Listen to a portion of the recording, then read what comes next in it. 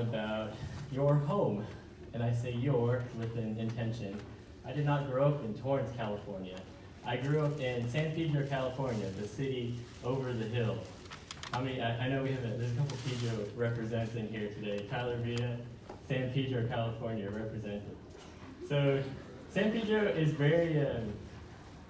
it's very different than a lot of people think it is. It's a lot of the stereotypes are a little bit exaggerated, but when we really think about Pedro,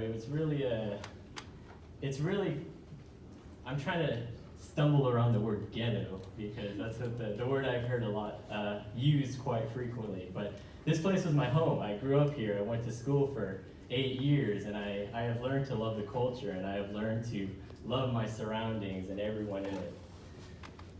However, my mother works in Los Angeles Unified School District, and she decided that San Pedro High was just too ghetto for my next 4 years of my life.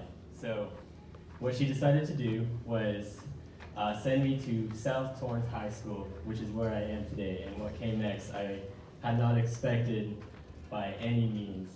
Torrance, California is really the staple of the South Bay.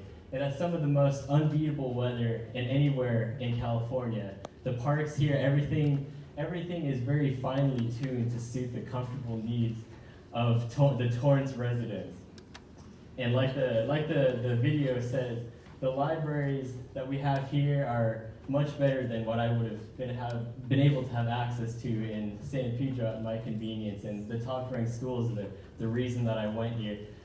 South is really such a good school, and all the other three also meet the rigorous standards. And of course, the airport.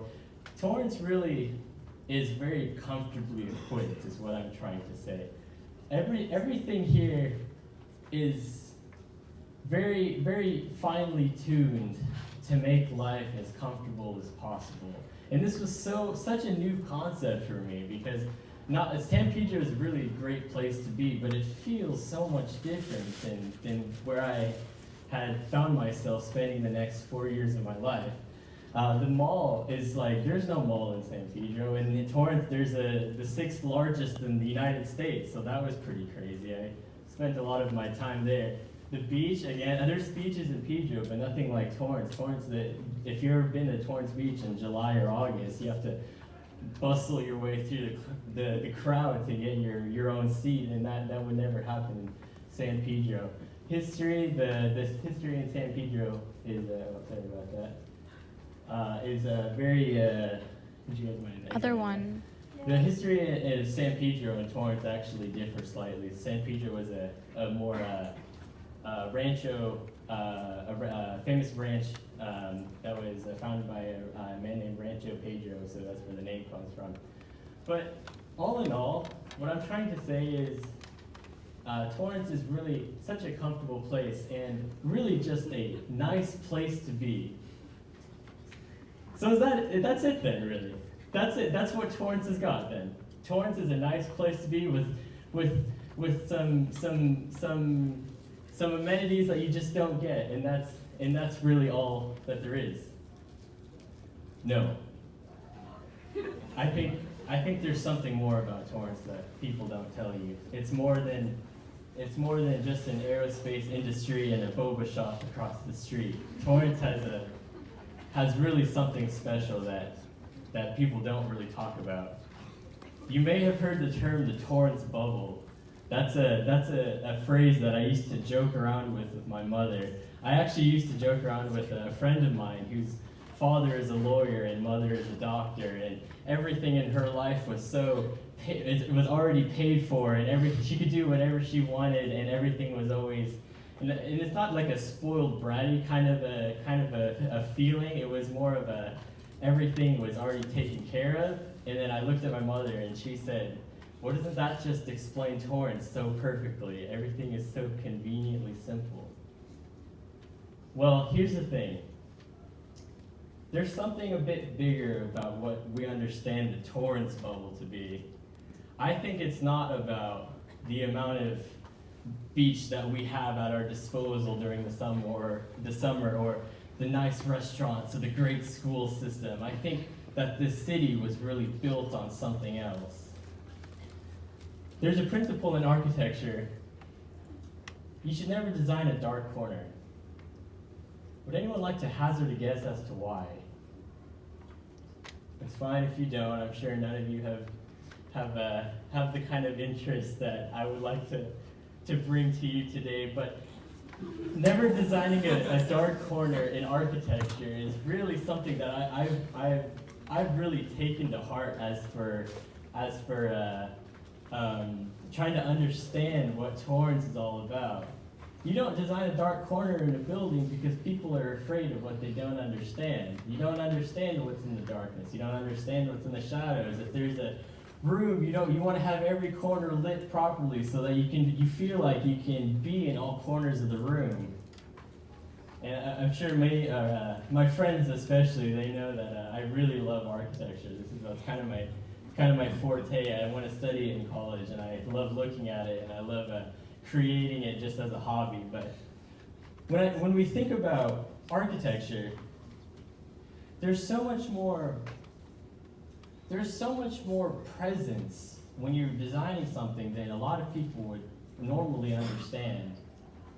You don't design a dark corner because you don't want dark corners. You don't design dark corners because you want the whole room to feel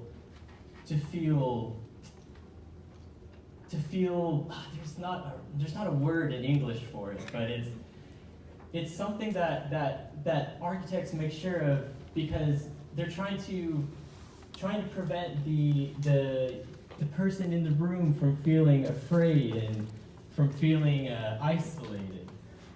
I was looking at this picture of a courtyard the other day. Actually, it was yesterday I was looking at this, and I just thought, God, doesn't that just describe what I'm saying? Like, not even the color palette of the walls or the grass or the furniture, not even any of that is dark. Not even to mention there's literally no dark corners. Everything is lit from all four sides because that's just how courtyards work. And I just thought, no, I know it's a funny concept, but that's a big thing in architecture. Whenever there's a courtyard, every corner of the space is lit equally. And it's really interesting to think about this. Doesn't this explain something about the Torrance bubble? The Torrance bubble, I would say. Bubbles don't have dark corners either. And maybe that's where it got the name from. So here's what I want to say.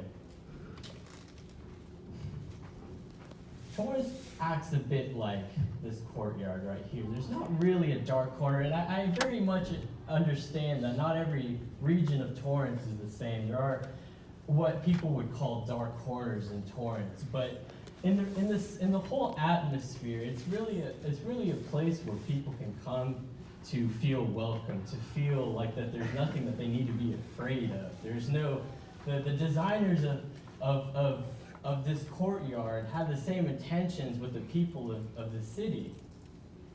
The Torrance bubble is often referred to as a insult, maybe, or even especially with a negative connotation.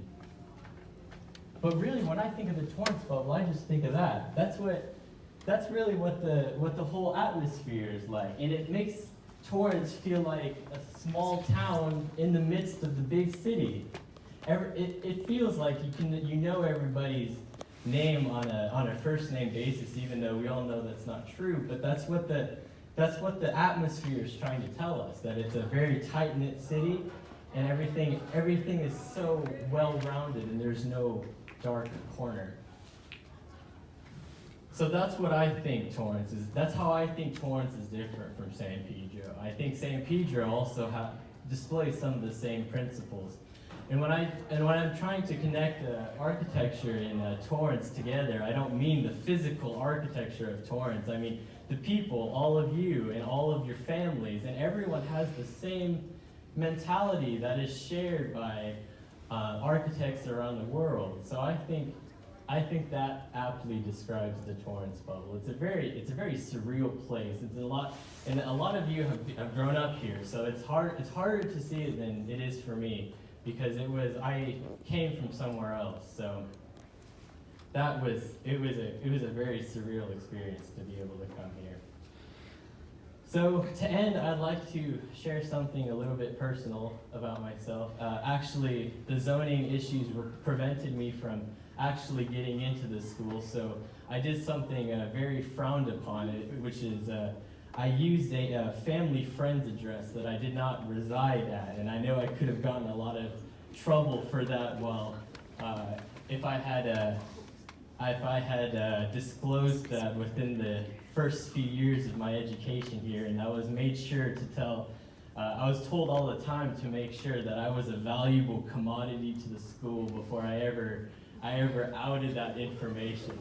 So I'm not gonna show you the exact address, but that's around where it was. It's not exactly on that red dot, but this is probably some of your neighborhoods. I could have grown up as your neighbor, and think about the way and sometimes I just think about the way that would have changed my life.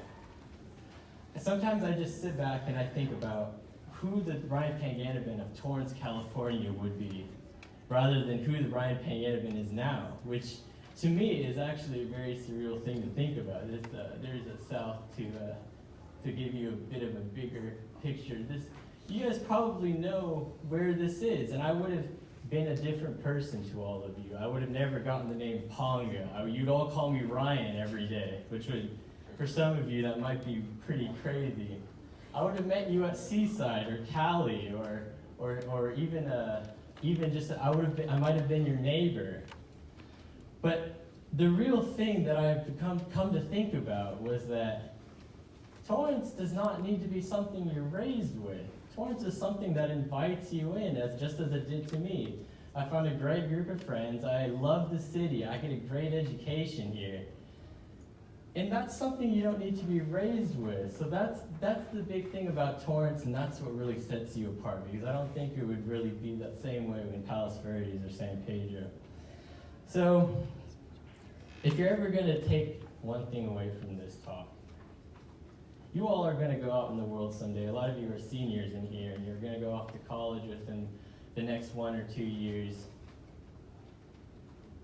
The world's going to change you, and it's coming very, very quickly. But what people aren't going to tell you is that you shouldn't take the world as it's coming, but you should make the world a bit more like where you came from. The world needs a little bit of Torrance everywhere. They need to get rid of the dark corners. And if anyone ever tries to tell you that the Torrance bubble is considered an insult or a negative thing, you make sure to tell them that Torrance, that the city of Torrance, through you, is going to change the world someday. Thank you.